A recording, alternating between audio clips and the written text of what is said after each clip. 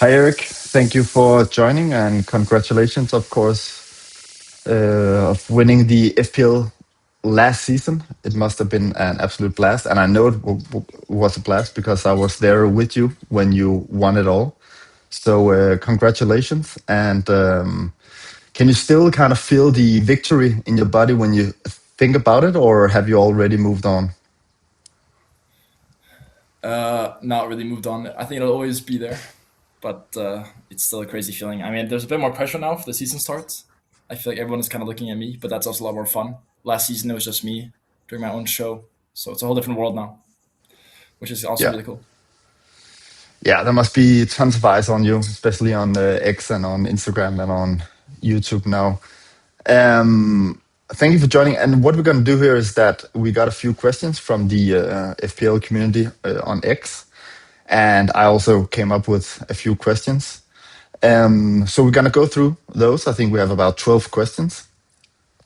There will be a mix of questions about last season and then some about this new season here. So I'm thinking we should just dive right into it. But before we dive into it, just wanted you all viewers to know that Erik and I will be doing team reveals on thefantasytool.com, and Erik will also do previews. So if you want to follow previews, team reveals, you can do that on the Fantasy Tool. And if you want to take it to the next level, then you can join Eric's private Discord, where we already have a few members in. So it's already buzzing. But let's dive right into it. So, first question, Eric, is from X, and I think it's a brilliant question, actually. It's from FPL CG. Since it was your first season, have you considered quitting FPL? It would make him or that account the highest career average of all time and can only be equaled. And I think it's an interesting question because in our group chat we talked a lot about this, how we were joking with that you should just retire now. So have you actually thought about it, quitting FPL? Because you did win it in your very first season. I mean, I really considered. I mean, I considered actually retiring the account and starting a new one, but I feel like I would lose my credibility in a sense if I didn't just play with the same account. But also, I just had so much fun the last 10 weeks, like being part of the community and getting to know all the guys and group chats and everything. That I was like, it's more that I'm looking for. Like again, the next season. I really did consider retiring though. It was on my mind, but it's just also just such a great and cozy hobby to have, just sitting and talking about football. I mean, it's lovely. Also, my Yeah. credibility in the game. No one's ever gonna doubt my ball knowledge now. It's like No, no, that's true. it's peak Yeah, ball that's knowledge. true. Yeah. That's true. Yeah, it was also more as a joke that we wanted you to quit FPL, but it would have been quite a show. But we're extremely happy that you stayed, of course, and now you got yourself a nice following on X at the FPL study. So thank you for not quitting, at least. Question two here. Um, what was your strategy last season? Because it was your very first season. So, and I know you adapted really, really fast to the strategy part of FPL. And when we talked about with you the first couple of times, you had already developed a very strategic and what do you say, an analytical mindset. So, but did you have a strategy last season? Let's take it from the beginning. So, from game week one, did you have some sort of strategy? I mean, from the start, I everyone knows I didn't know what I was doing. I mean, I had Raya captain, I had Tarkowski captain, I had Gehi captain. I think I was overvaluing the DefCon, um, but I also it worked though. Like I It didn't did. really get punished by it. But then also I started to learn the game. I got to understand better. I got more and more to get into it. Also, the wild card in game week two, I also knew then that I had to play very conservatively after that because I had no wild card after the second week. So yeah, but I think first second half of the season that was when it started really getting really analytical, and I was planning ahead like 10 game weeks ahead already. Wow. and I would write down like keynotes of what the things I'd be keeping an eye on, what players were my interests, what things would what would change for me not to go that strategy. Chip strategy was super patient because I had read that in earlier seasons, double game weeks were very common in the second half of the season. So because I had read that in some random article, I saved all my Mhm. chips until the end of the season because I was like, that might be the changing factor here.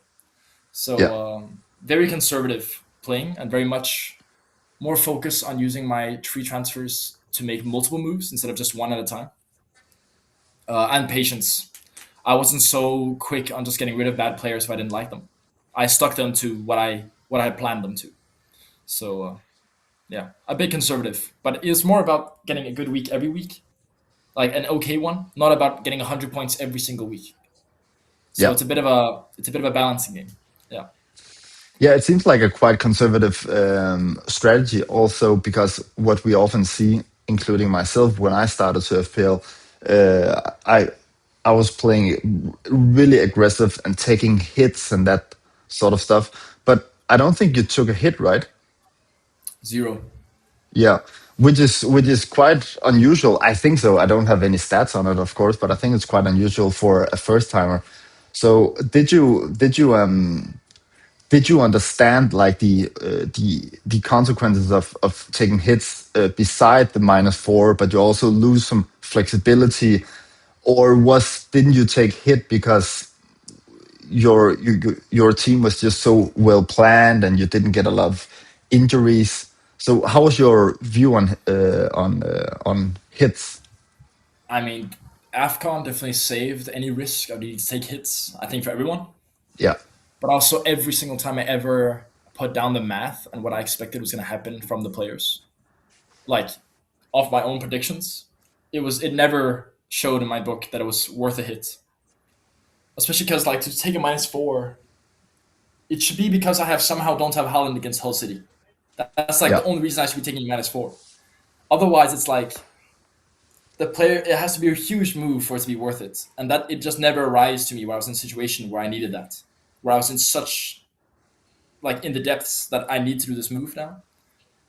And that's because I also focused more on like loading up my tree transfers so I could use two or three at a time, so I could adjust to large changes rather than being stuck in a sense. Yeah. yeah.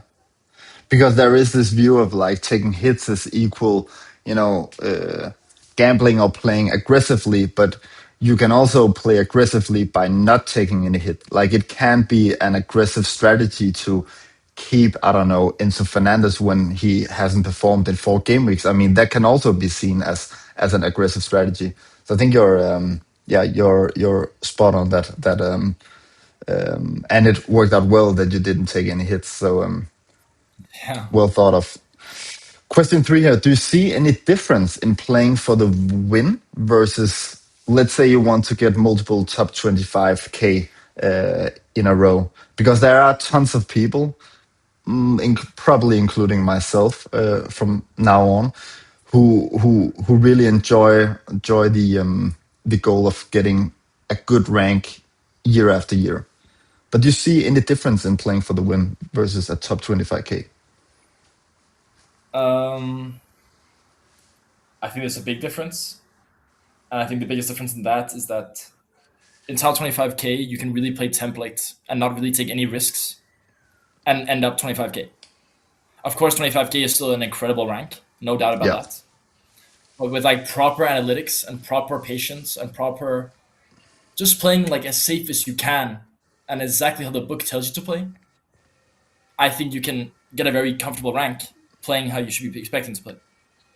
But to get to number one, you have to take risks that like no one else is willing to take, and that's yeah. I think there's a big difference in that sense, in where like number one, you have to take so many things where like no one really else had planned that, and just have some weeks where it just goes crazy because that player went crazy or that player went crazy. So I'm already planning like some insane strategies because I'm like, what if I've won? What is the only way I can top that? And that's probably just trying to go win again, you know. okay, So part wow. of my strategies are completely bonkers because that's like you have to kind of go that route to even have a chance, you know. So I think there's a big difference in going 25K and being the winner naturally. And there's a huge Yeah, gap in that. yeah.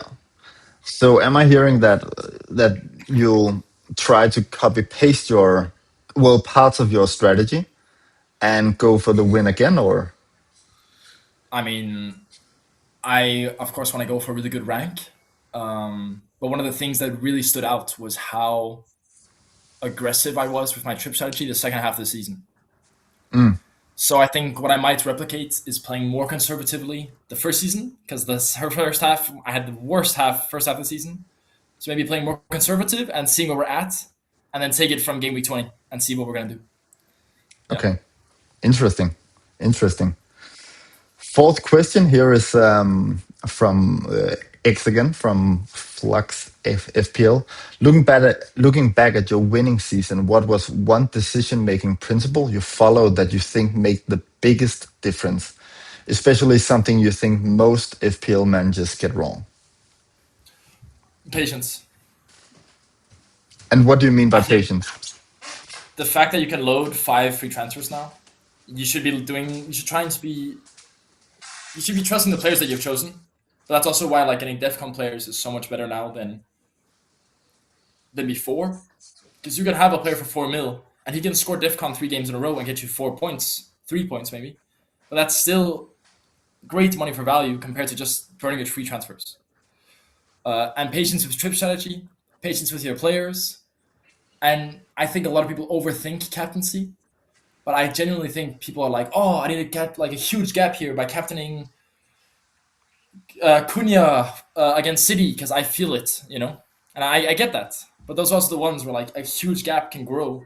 Because why not just go Haaland, which is what everything is showing, and then maybe go a bit risky with everything else. So, in Yeah, my personal opinion, if you're going to go a bit more risky with it, I would go riskier with individual players rather than the captain yeah, because because the it yeah minimizes the upswing. Your floor is higher, but your ceiling could also be higher. If that makes sense. yeah yeah yeah. So So you kind of use the captaincy pick as some sort of not a safety bet, but like to keep your floor high. So instead of going against Haaland, you would just like, okay, Haaland is most likely predicted to score 6, 8, 9 points. I'm just gonna pick Haaland, and then play aggressively with, I don't know, a low owned defender or some DefCon mid or something else. I agree exactly. Okay. I think rather differentiating with 2 to 3 players rather than going crazy with your captain. As boring as that is, I think if it's really about getting a high rank, that's the way to go. Because having a high floor is more important than having a high ceiling. And what I Yeah. mean by floor is the minimum amount of points you're expected to score is as high as possible compared to Yeah. how much you can possibly score in that week. Yeah. That's a Because if super. you that's probably the best thing I would give as a tip for like a players. Increase your floor, not your ceiling. That's maybe the biggest Yeah. tip I could give. Yeah. Yeah. Yeah. I think that's a really, really solid advice. Also, something I was really trying to do in last season, where you were the only one in Denmark who beat me. I got 71 last season, but I was also really trying to practicing having a, a high floor as possible. And then I did screw up with some captaincy pick, and then you came from behind in game week 25, 26, and 27. You completely destroyed me from there. But Yeah. question 5 here from FPL Karim, well-known user on X. What was he thinking when he captained Raya twice? I think that's a really, really good question, because I what mean, the hell were you thinking? I think you look back at the games I captained him on. I think it was against like Sunderland and against like Burnley. I think maybe. Okay. And if you look back at it, both times it hit, and both times he was my captain. All the other captains were ass like were terrible. So it Yeah. hit both times. And like I even captained Gabriel like twice. And as boring as that is, it guaranteed me captain points, and that just makes the floor higher again. So again, the focus was getting my floor higher, not my cap. Not my ceiling. Yeah. But also, I mean, the first time I did not know what I was doing. To be fair, you know. Yeah, But but I the mean, second time, if you look back at if you, Arsenal season with their defensive stats, yeah, it was not even that bad.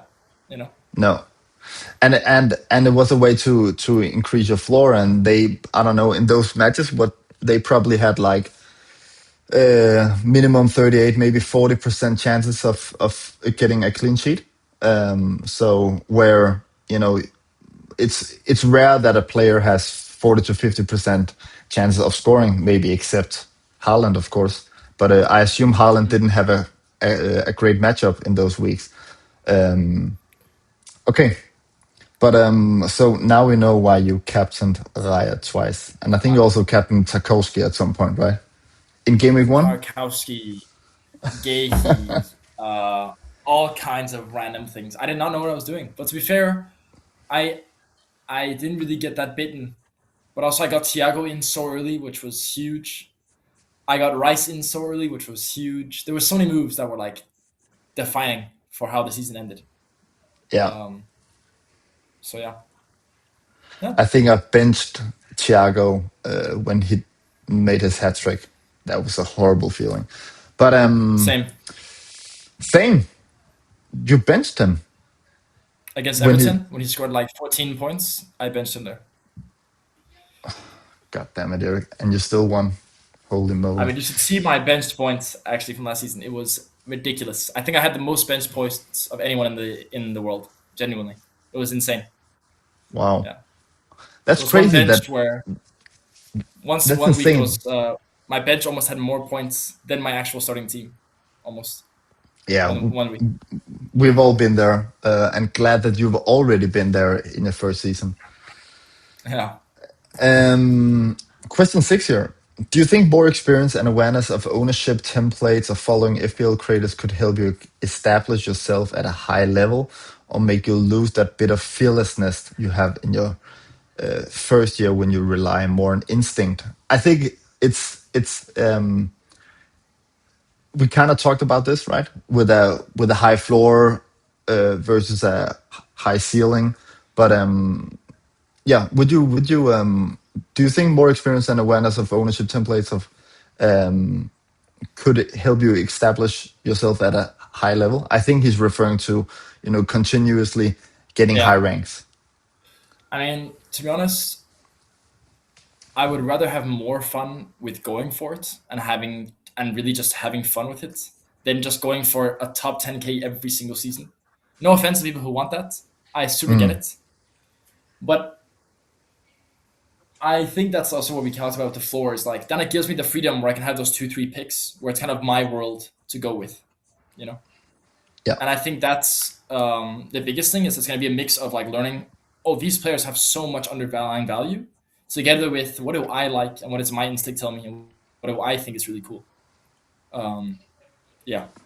And yeah, that might be going a bit more spicy with captaincy from time to time. But I think that's the biggest thing is I don't think I think I'm even less fearless than I was before because now I've won it. So I have nothing to lose now, you know? yeah, yeah. True, true. So yeah, Just go back to back. Okay, I'll work on it. I'll work on it. good, good. Question seven here. What difference does it make to your strategy this season that we won't get five free transfers due to AFCON, which was a major part of last season? It was Mm. like it was kind of like having an extra wild card if you planned okay. It was almost like an extra wild card. Um, but what difference does it make to your strategy this season? I think the willingness to roll that'll be a lot more common. The Yeah. willingness to just like roll my team and load, and I think really sitting on like three transfers all the time if I can, because like rolling to five if possible, and then trying to burn three, and then trying to roll again. I think that's really where like planning ahead will be important. So I think for anyone who's worried about it, I just say try to roll as often as you can, and if you wildcard early, I'd try to get like those five free transfers in or four saved up. So it gives you that freedom for injuries and stuff in the middle of the season and around Christmas and when there's maybe a double game Mm. week or something, you know. So I think really being patient and loading transfers is going to be a big part of it. Yeah.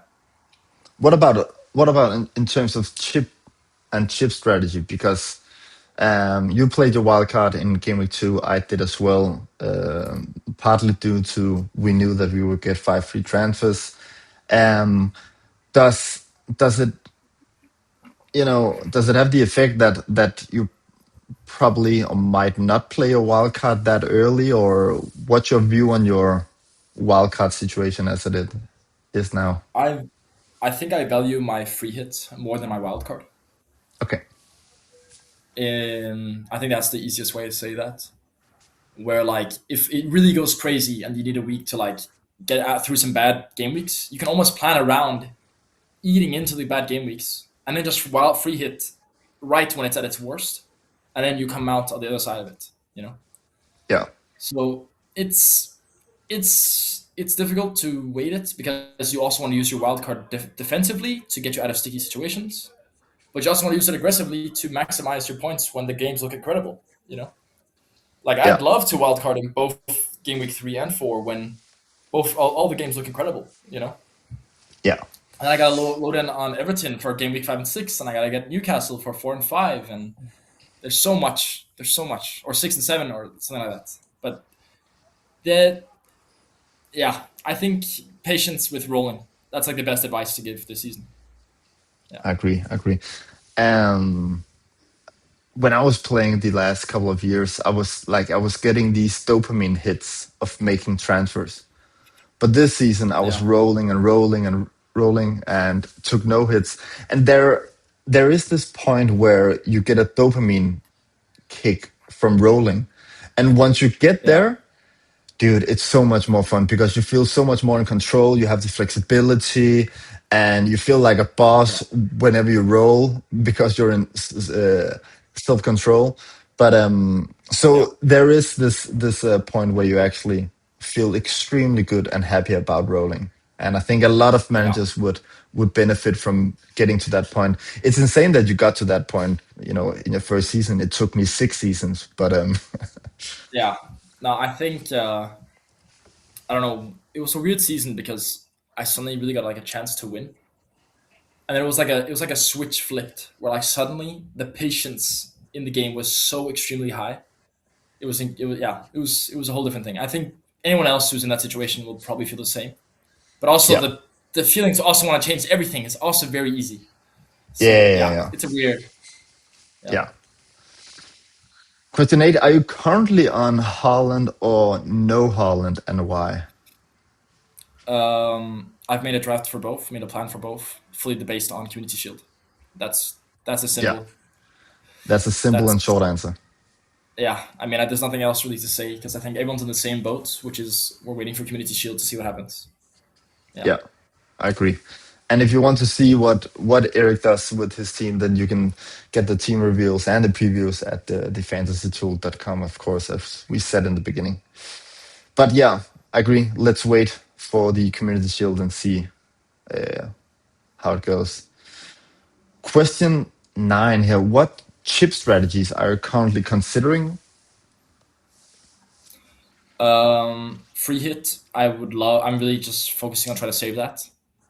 So that will just be for later on a really rainy, really game week where I really just hate my team. And I could really imagine it being like game week 15, 16, 17, even maybe Mm, even closer to the new chips coming in, just to really just either get a week where it's optimized or a week where I'm like, for example, if I have a lots of players with lots of teams where they have 2 bad games in a row, I'll free hit in the week where my team looks the worst, just to get through those bad games. So I don't have to wreck my team apart for those games, if that makes sense.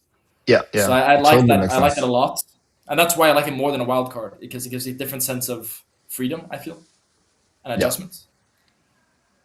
Bench boost. I would love to burn it early because it just gives so much more freedom. Even though I'm still very focused on having a very balanced team, I don't want all my money to be on the field. I want it to be able to have rotations based on fixtures. Um, Wild card. It went fine last year. I think I'm kind of fearless with burning it early. So right now it's looking like an early wild card. And triple captain. Yeah, it's pretty simple. Just Haaland against bottom 3 whenever he looks the warmest. That's pretty much it. yeah. Yeah. Could you consider a triple captain in game week 3? Let's say Haaland will is predicted to play 85, 90 minutes. Could you already could you consider triple captaining him home against Coventry? That's very possible, but I actually value him more against Ipswich and Hull because I think Coventry is the team of the bottom three that I rate the highest. Yeah, So I'd want to play Haaland also because we don't know, because if Haaland's on absolute fire and everyone's playing on triple captaining, it might just be the move to do that. You know. yeah, to cover. Yeah, Exactly. But yeah, if it's like 50-50 and you're not, and if I'm not feeling it, then I'm not gonna do it. I'm more to Hull and Ipswich, especially Hull, because Hull look. yeah, I'm sorry, Hull fans. They look very weak. yeah, Yeah. And you've invested in youth players who have no experience on a Premier League stage and expecting them to survive. Wow, it looks rough. You know. yeah. Looks really, really rough. It's gonna be a tough season for them. Speaking of chip strategies here, I haven't shown you this, so this is probably Oh new to wow. you as well. Yeah. So these are some of the chip strategies that I've seen on YouTube, on X, and elsewhere. So we got bench boost in one, free hit three, and wildcard seven.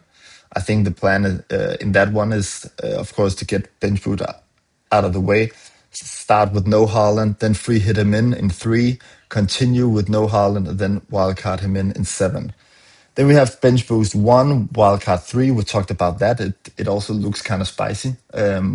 That would probably also include no Haaland in the beginning, and then wildcard him in. Then we got bench boost two, wildcard four. Because wildcard four, there's a fixture turn of multiple teams. Then we have bench boost one, triple captain three, as we just talked about, and then bench boost one, and then not really have planned the other chips. Can you rate these from one to five, where one being the one you like the most, and five being the one you hate the most? Free hit three, wildcard seven. That's like on the bottom for me. Okay, I think so it's let's yeah. way too many chips early on. I think to I don't know. I don't like using free hits so early. That's the reason I don't like it.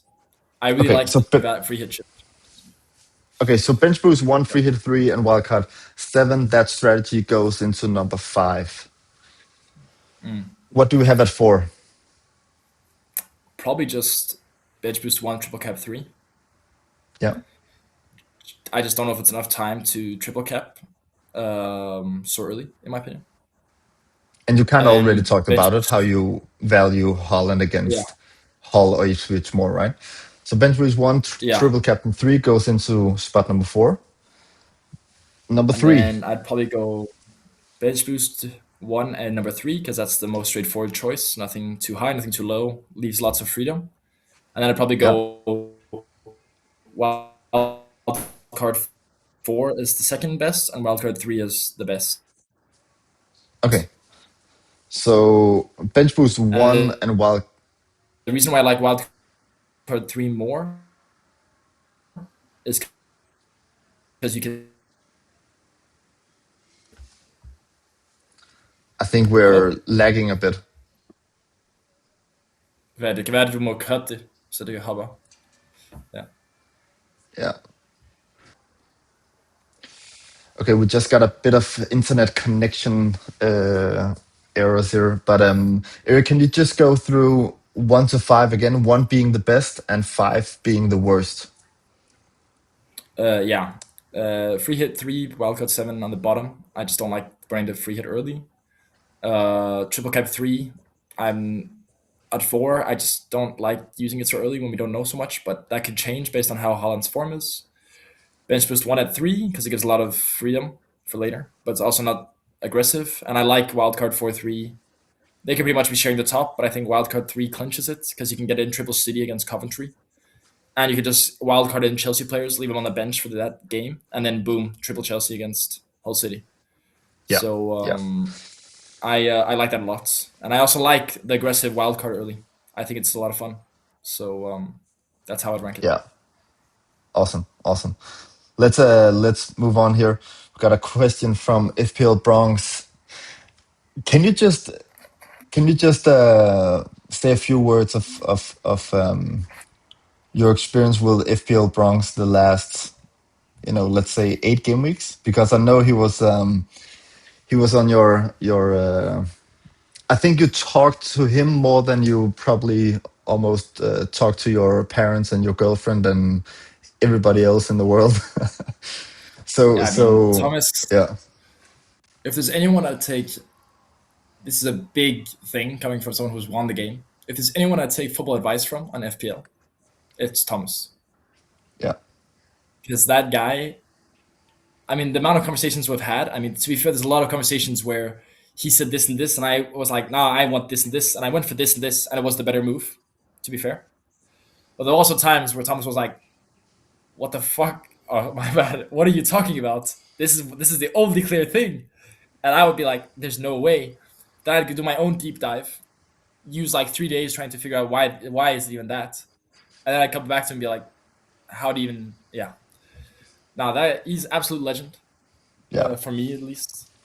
What this guy, he knows FPL. I mean, isn't he one of the, how many players are there in the world? 7 players in the world who's had 4 times in a row, 10 times to have top 10K yeah, or something like that. And Thomas is one of the only ones that has it still alive out of 3 players or something. Completely yeah. insane. Yeah. Yeah, he's so So skilled. He's so skilled. He taught me a lot as well. He was also a major part of my overall rank of 71 last season. So I think we both owe him a tiny thank you, a tiny one. But Thomas is my goat. He's yeah, my goat of FPL. Yeah. yeah, awesome, man, awesome. So he asked, which player is the best if you want to maximize your chance of winning FPL this season? Um, and I know that Thomas asked these questions because in the group chat, he as an example, when one of us brought up Isak, he was like, he's not a player I'm looking at, but he is that type of player who could win you the FPL. Because he is the type of player who's low owned, but could create these massive hauls and stuff like that. So, which player is, like, in your view, if you want to maximize your chance of winning the FPL season? And I know it's impossible to predict, so let's try it. Just have fun with it. I mean, to start with, I think there's 2 ways to approach it. There's like, what is the player that's essential to have if you want to go for it? And then there's the, what is the differential player that you think is going to break out to win you the everything? Yeah, The first one is you get in Haaland as soon as he's in form and he looks to be playing again. Because I just think without Haaland in your team, you can risk being so like damaged by not owning him that your chance of winning is just gone. yeah, And that's also a concern I have. So my big part of my planning has been planning what when in the season can I go without him? Not do I go without him all year? That's not an yeah, option in my book. yeah. So that's step one is if no Holland, figure out when that's going to be and why. And But Holland is that player where it's like, it kind of speaks into your yeah, high floor, right?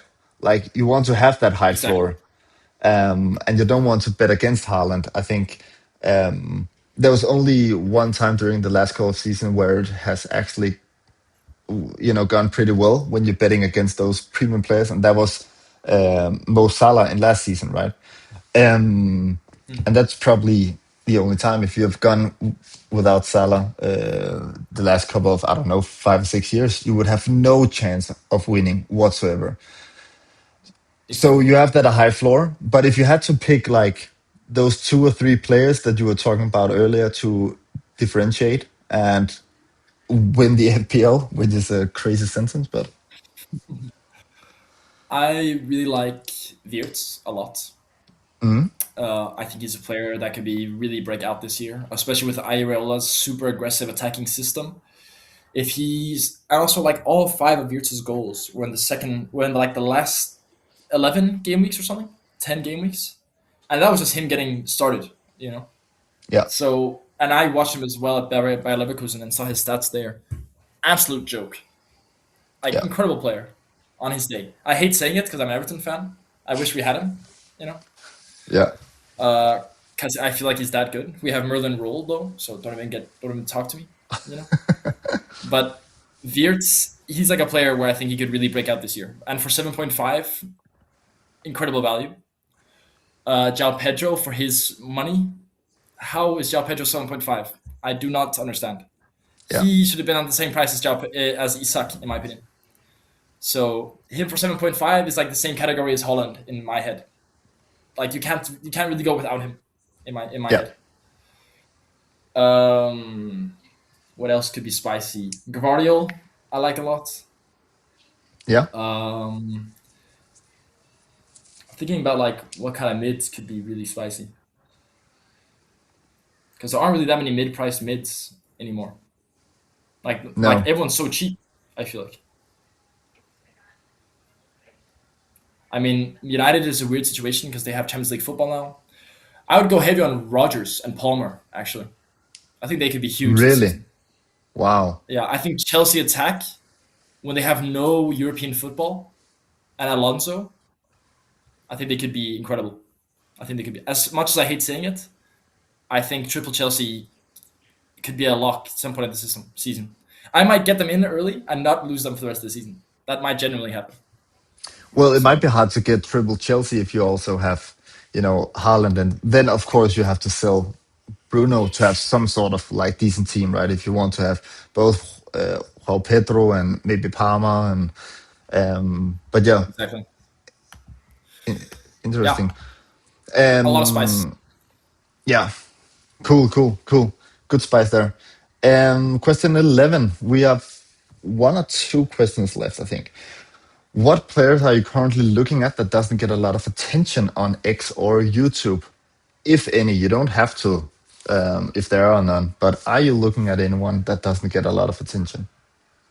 I don't know. I have not been on X a bunch. I have an exam in a few days, so I've been in my own cave just studying like a whole. Not even FPL, but there's been players that I don't think I've seen so much of.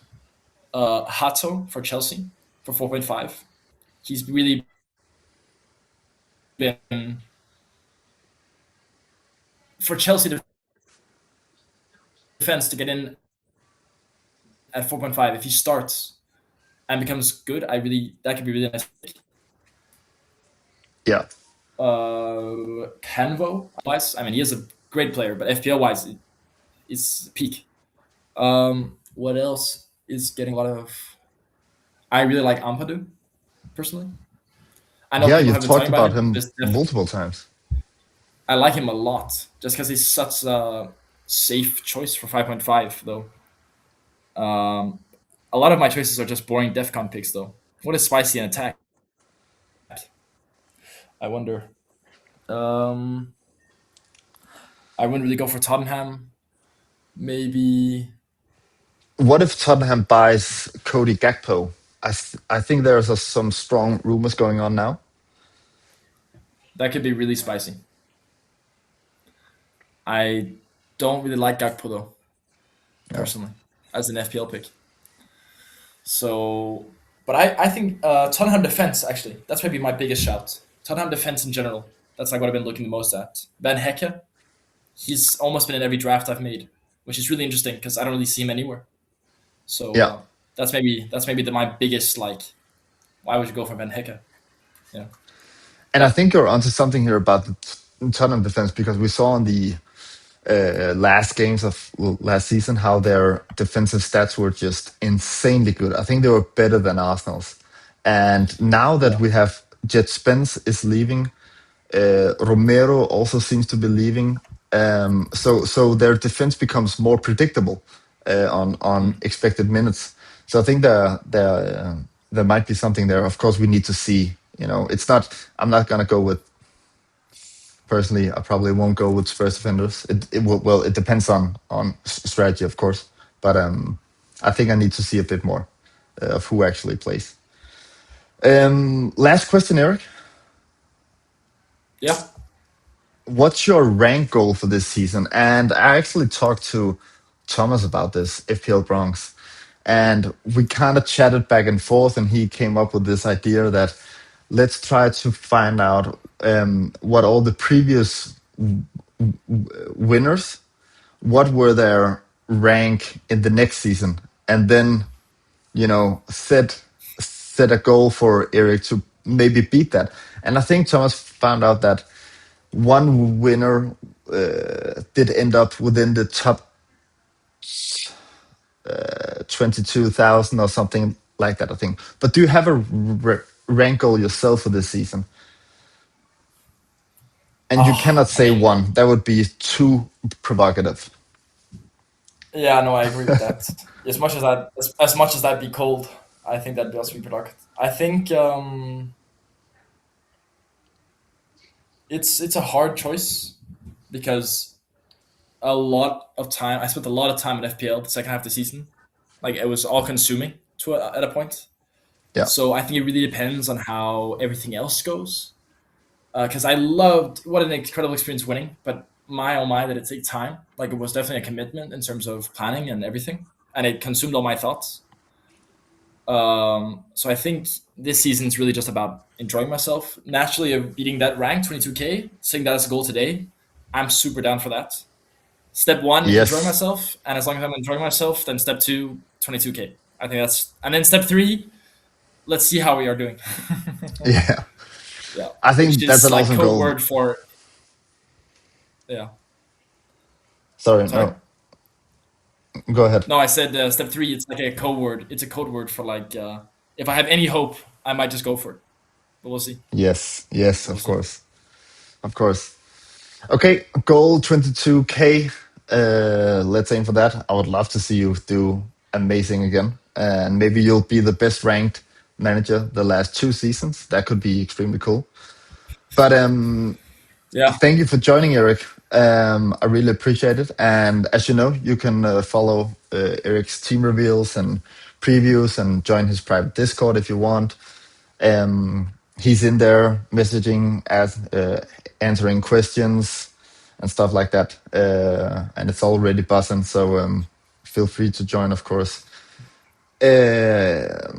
I think that's it, Erik. Thank you for taking your time, of course. And we'll And make another video when the season gets closer, even though it's only a week from now. I think we'll make another video in 3 or 4 days when this is out with your like latest draft, and you can of course change it, and you probably will because we all do that, and then you can follow the final draft, the final team on the fantasytool.com. So thank you, Erik, for joining, and yeah, I just really appreciate it. Please like and subscribe and leave a comment. I'll always try to answer as many comments as possible.